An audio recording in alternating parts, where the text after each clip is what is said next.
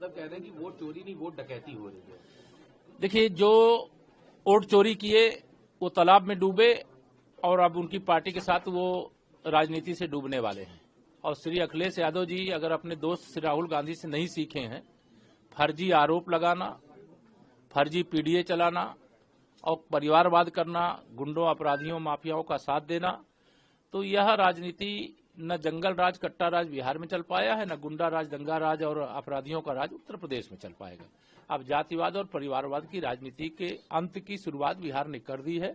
अब देश विकास के पथ पर आगे बढ़ेगा, गरीबों के जीवन को खुशहाल बनाने के लिए आगे बढ़ेगा और श्री अखिलेश यादव जी सैफई जाने की तैयारी कर। परिवारवाद की बात होती है, लेकिन लालू परिवार में भी फूट फूट पड़ती नजर आ रही है। सब अगर जयचल के नाम यही हस्र होना है। जो परिवारवाद की राजनीति करने वाले हैं उनका यही हस्र होना है, क्योंकि परिवारवाद की राजनीति का कोई भविष्य नहीं है, जातिवाद की राजनीति का कोई भविष्य नहीं है, गुंडागर्दी की राजनीति का कोई भविष्य नहीं है, बूथ लूटने वालों का कोई भविष्य नहीं है, झूठे आरोप लगाने वालों का कोई भविष्य नहीं है, देश के माननीय प्रधानमंत्री जी के प्रति अपमानजनक शब्दों का प्रयोग करने वालों का कोई भविष्य नहीं है। देश उसका जवाब दे रहा है, प्रदेश उसके जहां चुनाव हो रहे हैं जवाब दे रहा है। ऐसे लोगों का राजनीतिक अस्तित्व ही संकट में है, लेकिन वह केवल मीडिया के माध्यम से उल्टे सीधे बयान देकर के जीवित रहना चाहते हैं। सवाल है, दिल्ली ब्लास्ट के मामले में लगातार गिरफ्तारियां हो रही है, लेकिन महबूबा मुफ्ती कह रही है कि कश्मीर को सुरक्षित नहीं कर पाए। आपने वादे किए थे, लेकिन आज जो कश्मीर में होता था वो दिल्ली में हो रहा है। देखिए, देश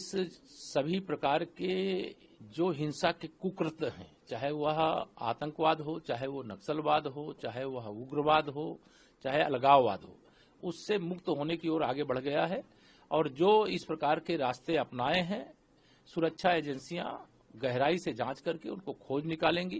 कोई राजनीतिक दल का कोई भी नेता अगर राजनीतिक लाभ लेने के लिए देश के दुश्मनों का समर्थन करेगा, उनके बारे में बयानबाजी देगा, तो देश उसकी समीक्षा करेगा और उसका जवाब लोकतांत्रिक तरीके से देने का काम करेगा।